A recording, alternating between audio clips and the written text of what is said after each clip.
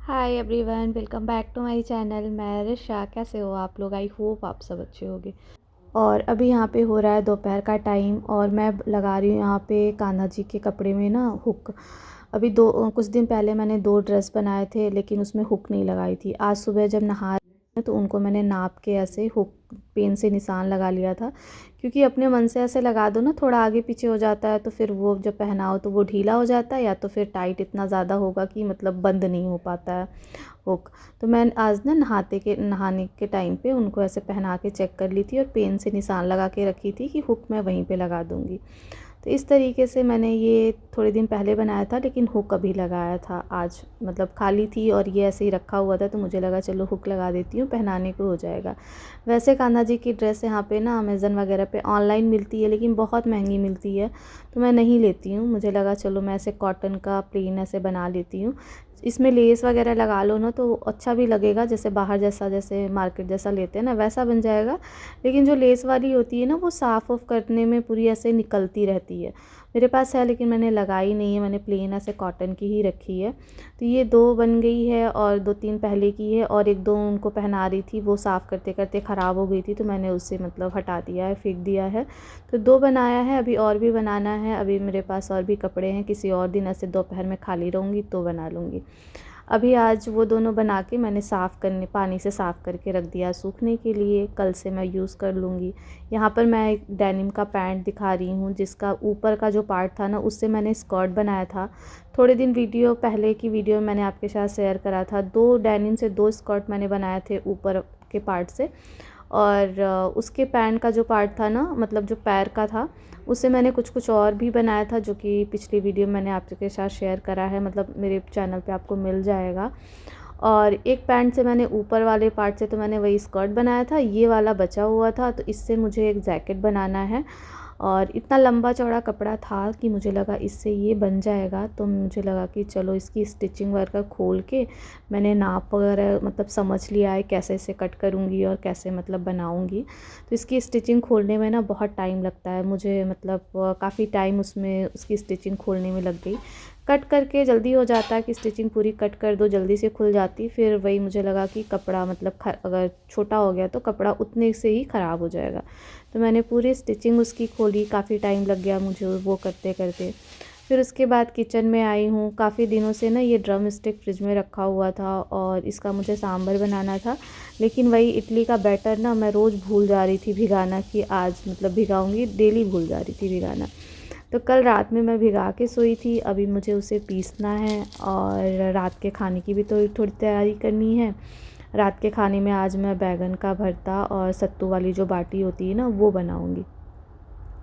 तो यहाँ पे मैंने बैगन में ऐसे मतलब थोड़ा थोड़ा चीरा लगा के उसमें लहसुन डाल दी है और दो टमाटर ले लिया है। इसमें ऑयल लगा के ऊपर से इसे ओवन में भुनने के लिए छोड़ूंगी।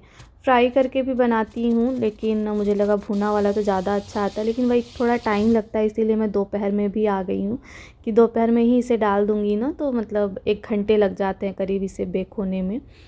तो मैं पहले हाई फ्लेम पे करती हूँ और उसके बाद थोड़ा लो कर देती हूँ ताकि अंदर से ये घुल के पक जाए।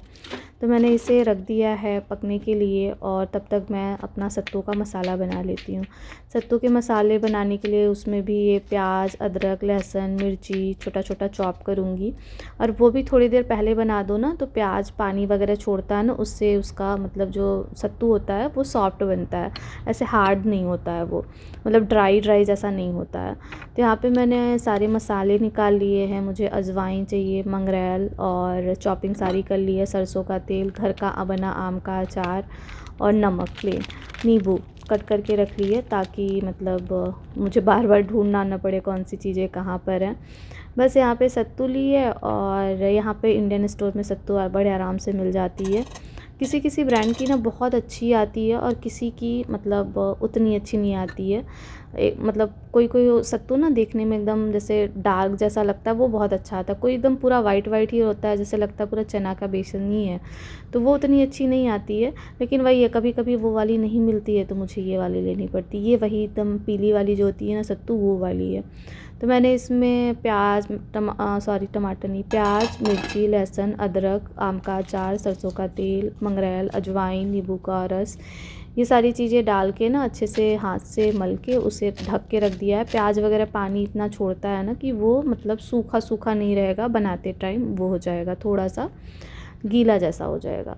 गीला नहीं मतलब फिर भी जैसे ड्राई नहीं रहेगा, वो अच्छा सा बन जाएगा भरने के लिए।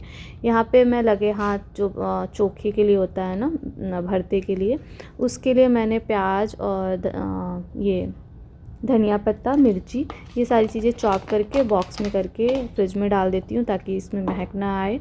और अभी क्योंकि दोपहर हो रहा है ना, तो मैं आज दोपहर में किचन में आ गई थी। मुझे लगा थोड़ी थोड़ी मैं तैयारी कर देती हूँ, क्योंकि बाटी चोखा बनने में ना बहुत टाइम लग जाता है। मतलब उसको कुक करने में तो ऊपर तैयारी करने में तो उतना टाइम नहीं लगता है, लेकिन उसको बेक करो ना तो काफ़ी टाइम लग जाता है। यहाँ पे मैं ड्रम स्टिक दिखा रही हूँ, ये ना बहुत ही ख़राब हो रखा है, अच्छा नहीं है। तो मैं देखती हूँ जो जो थोड़ा ठीक होगा उसे मैं रखूँगी, और जो थोड़ा ख़राब एकदम से ही हो गया था तो उसको मैंने हटा ही दिया है। मुझे लगा था ड्रम स्टिक थोड़ा सा सांभर वगैरह बनाऊंगी उसमें यूज़ कर लूँगी और सब्ज़ी बना दूँगी, लेकिन ये ना फ्रिज में रखे रखे ही ख़राब हो गया है।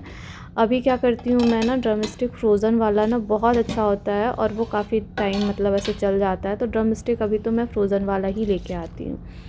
यहाँ पर ये सारी चीज़ें हो गई थी और बीच बीच में मैं ये भी चेक कर रही हूँ, उसको निकाल के ना दोनों साइड से मैं मतलब ऐसे पलट दो तो ज़्यादा अच्छा हो जाता है। ये टमाटर तो हो गया है, बैगन थोड़ा थोड़ा अभी मतलब नहीं हुआ, बैगन होने में बहुत टाइम लगता है। तो मैंने पलट दिया है उसे और फिर से डाल दूँगी बेक होने के लिए।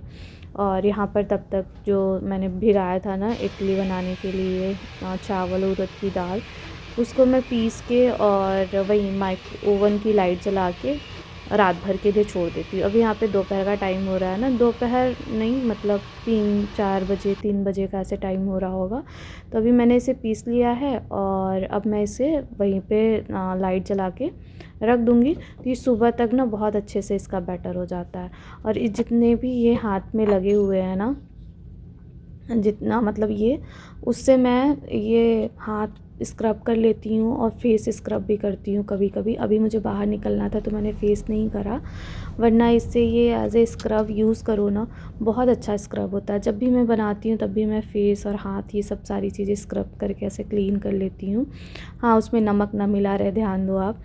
और उसके बाद में यहाँ पर बाहर से आई, मैं वॉक करने गई थी बाहर, मतलब पार्क में गई थी अभी, इसीलिए कार से गई थी। और फिर घर पे आई तो ये ओवन में बंद करके गई थी। घर पे आई तो यहाँ पे मैं आटा लगा रही हूँ बाटी बनाने के लिए। तो मैंने आटे में थोड़ा सा देसी घी डाला है और खाने वाला जो सोडा होता है ना वो डाला है हल्का सा, और नमक डाला है, थोड़ी सी अजवाइन डाली है हल्की सी। इसका एकदम सख्त सा आटा बना लेंगे और फिर यहाँ पर गोल गोल ऐसे पेड़े बना लिए हैं और बस इसको सब में भर दूँगी। और इसको बहुत ज़्यादा इस आटे को ना सिझाना नहीं होता है, वरना बहुत ज़्यादा सिझा दोगे तो ये बहुत अच्छा नहीं बनता है बाटी। बस हल्का सा गूँथ लो और बहुत ज़्यादा इसको सिझाने की ज़रूरत नहीं होती है। तो यहाँ पे ये ऐसे गोल गोल मैंने सारी बाटियाँ भर ली हैं। सत्तू का मसाला भी देखो बचा हुआ है, थोड़ा ज़्यादा बन गया था तो इसको मैं फ्रिज में रख दूँगी, कभी पराठा वगैरह बना के खा लेंगे, वो भी बहुत अच्छा आता है। तो यहाँ पर मैंने वो हो गया था तो मैंने निकाल दिया था बैगन और आलू को मैंने बाहर मतलब उबाल लिया था, क्योंकि मैंने उसे बेक नहीं किया था। तो बाहर मैंने इसे उबाल लिया है और बैगन और ये हो गया था। गैस पे मैं थोड़ा सा ऐसे करके ना और भी ज़्यादा कर लेती हूँ ताकि और ज़्यादा लाल हो जाए, इतना ज़्यादा लाल उसमें नहीं हो पाया था। तो गैस पे मैंने थोड़ा सा कर लिया था और ओवन में मैंने बेक करने के लिए बाटी को डाल दिया। उसको भी 40-45 मिनट लग जाता है बेक होने में अच्छे से। तो यहाँ पे मैंने सबको मैश कर लिया है, आलू बैगन टमाटर को छिलके अच्छे से निकाल के साफ़ कर लिए थे। और फिर इसको मैश करने के बाद वही जो टमाटर प्याज वो टमाटर प्याज मिर्ची धनिया का पत्ता चॉप करके रखी थी ना, उसे मिक्स कर दिया है। ऊपर से थोड़ा सा नमक सरसों का तेल डाल दिया है। तो मेरा चोखा भी बन गया है और ये बाटी भी सिक गई थी। ऊपर से मैंने घी लगा लिया है। ये हमारा आज रात का डिनर हो गया। उसके बाद हमने मूवी वगैरह देखी। इसी के साथ वीडियो का एंड मैं यहीं कर रही हूँ। आई होप वीडियो आपको पसंद आई होगी। पसंद आई है तो please like share and subscribe my channel and thank you for watching my video. मिलती हूँ मैं आपको एक नए वीडियो के साथ, तब तक के लिए बाय एंड गुड नाइट।